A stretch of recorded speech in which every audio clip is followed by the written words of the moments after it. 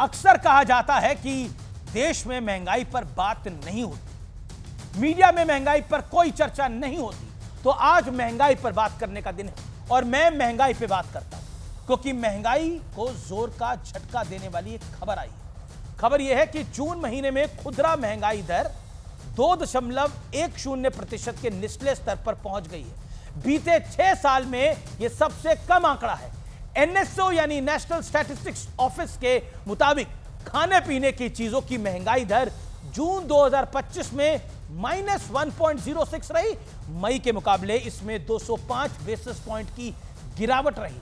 सबसे बड़ी गिरावट सब्जियों में रही, जहां कीमतें 19% घटी। दाल और उससे जुड़े प्रोडक्ट्स में 11.76%, मांस और मछली में 1.62%, जबकि मसालों की रिटेल कीमतों में 3.03% की गिरावट दर्ज हुई, यानी 3.3%। इसका सीधा और बड़ा फायदा देश के मिडिल क्लास को सबसे ज्यादा मिला। बात खास यह है कि बीते 11 साल में, यानी जब से मोदी की सरकार देश में आई है, यानी नरेंद्र मोदी जब से प्रधानमंत्री बने हैं, औसत महंगाई दर 5.1% रही है, जबकि यूपीए की सरकार में यानी कांग्रेस के काल में 10 साल के दौरान यह औसतन 8.1% थी। जबकि 2014 से 2025 के बीच का दौर वो दौर है जब पूरी दुनिया उथल पुथल से गुजर रही है।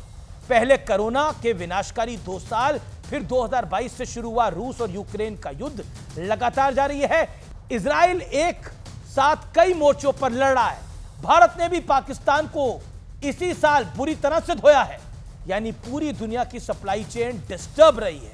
तेल को खरीदने और बेचने वाले कई देश या तो युद्ध में फंसे हैं या फिर युद्ध क्षेत्र में हैं। इसके बावजूद भारत ने ना सिर्फ महंगाई दर को 5% से कम रखा है, बल्कि जीडीपी की स्थिरता भी बनाए रखी है। ये आंकड़े इस बात का जीता जागता सबूत है कि मिशन और डायरेक्शन सही हो तो कंक्लूजन भी सही होता है।